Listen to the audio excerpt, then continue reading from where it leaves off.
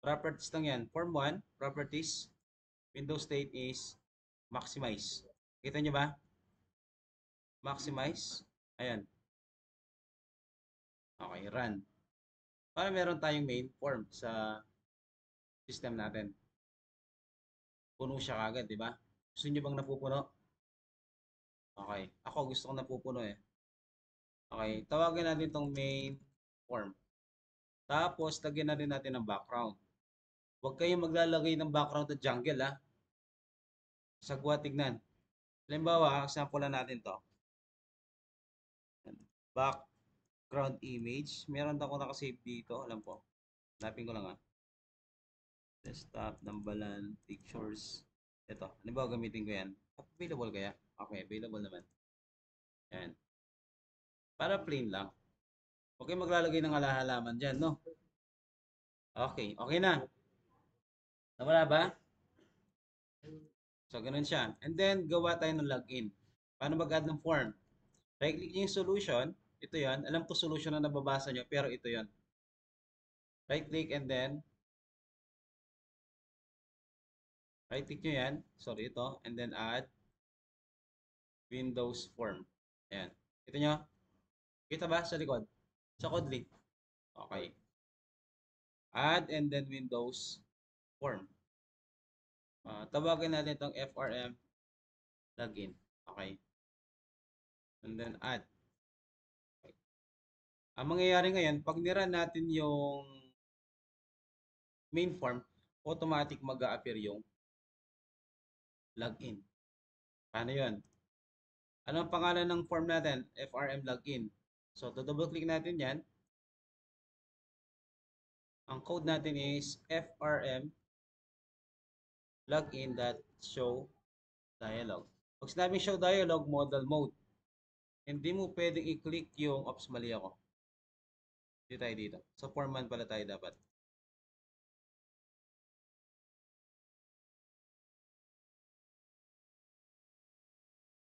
Okay, yun yung model mode. Hindi mo pwedeng i-click yung likod hanggang naka-open yan.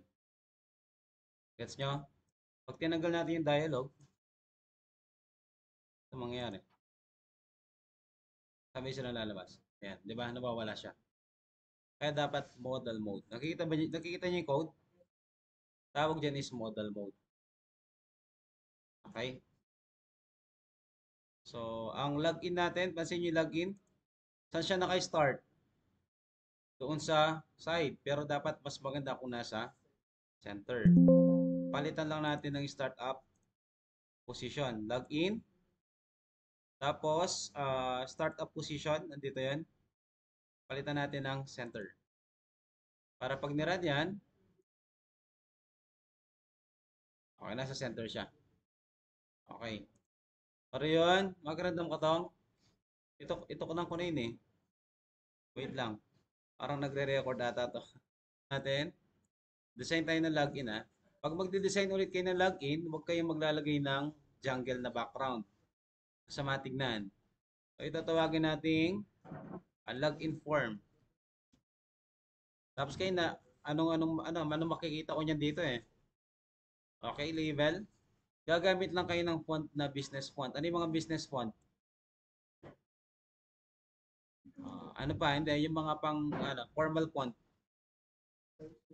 Times New Roman, yan. Si Century Gothic, paborito ko kasi yun eh. Uh, font, children, listen. Ito yung paborito ko eh. Then, Paul. Okay, may username na ako. Ay, tinyatama, may kumakain ba? Titigil na ako dito. And then, password. Okay. Ito, very common sa inyo. Naulit na lang yan. Tama? Okay, mabuti naman. Sa design kayong bahala, no? Kahit anong background, wag lang yung jungle. Okay? Tapos yung mga font niyo, kahit anong font, wag lang yung hindi mabasa. May gumagamit kasi this yung ito, ginagamit nila to, yung mga ganitong font. Yan, yan si Gothic.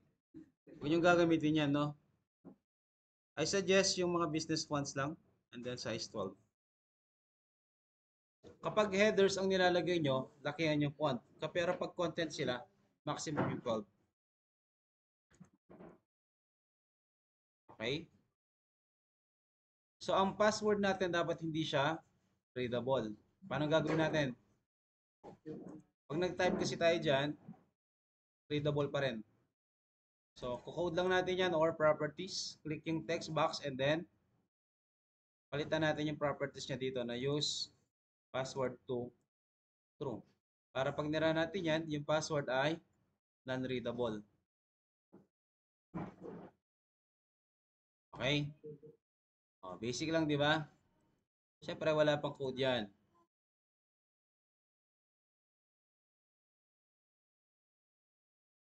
Yung border style, gawin yung ano, fix. Yung form mismo, gawin yung fix. For border style, gawin yung fix tool window para maging ganito yung itsura. Wala yung minimize. Gets nyo? Okay. Pagbuti naman. Button, next. Okay, kayong bahala sa ano ha. Kayong bahala sa design, basta wag lang yung jungle.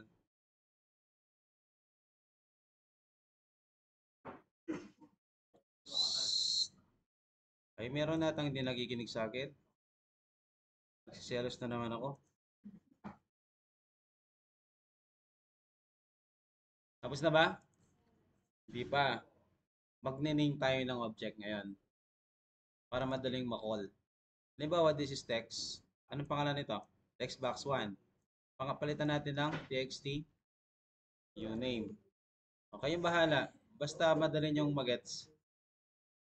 Yung isa ay txt keyword. Itong isa, tawagin natin btn login. Pag buhat na i-suggest btn. Walang problema kung text.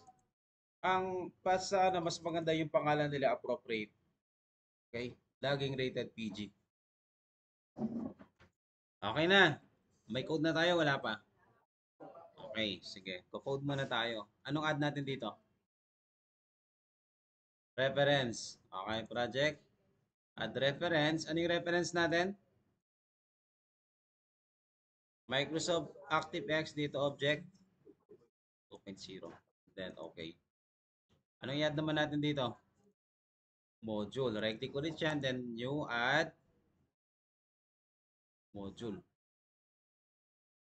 Tapos, ayan. Add lang yan. So, dito tayo magko-code.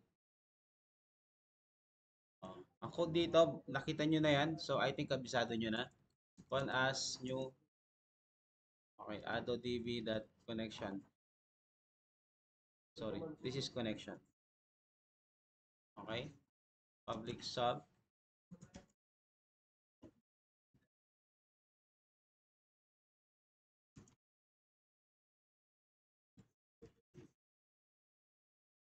Meron na kayong code dito, di ba?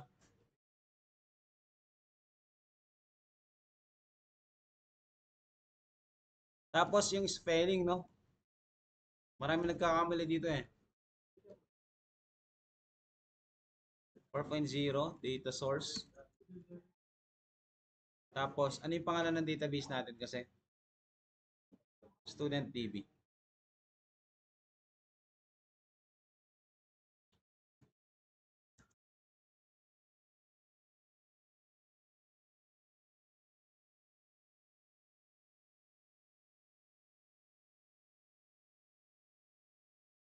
MDB. Tapos, yung mode. Read and write. Okay. Ba't meron to? Okay. Baliktad pala.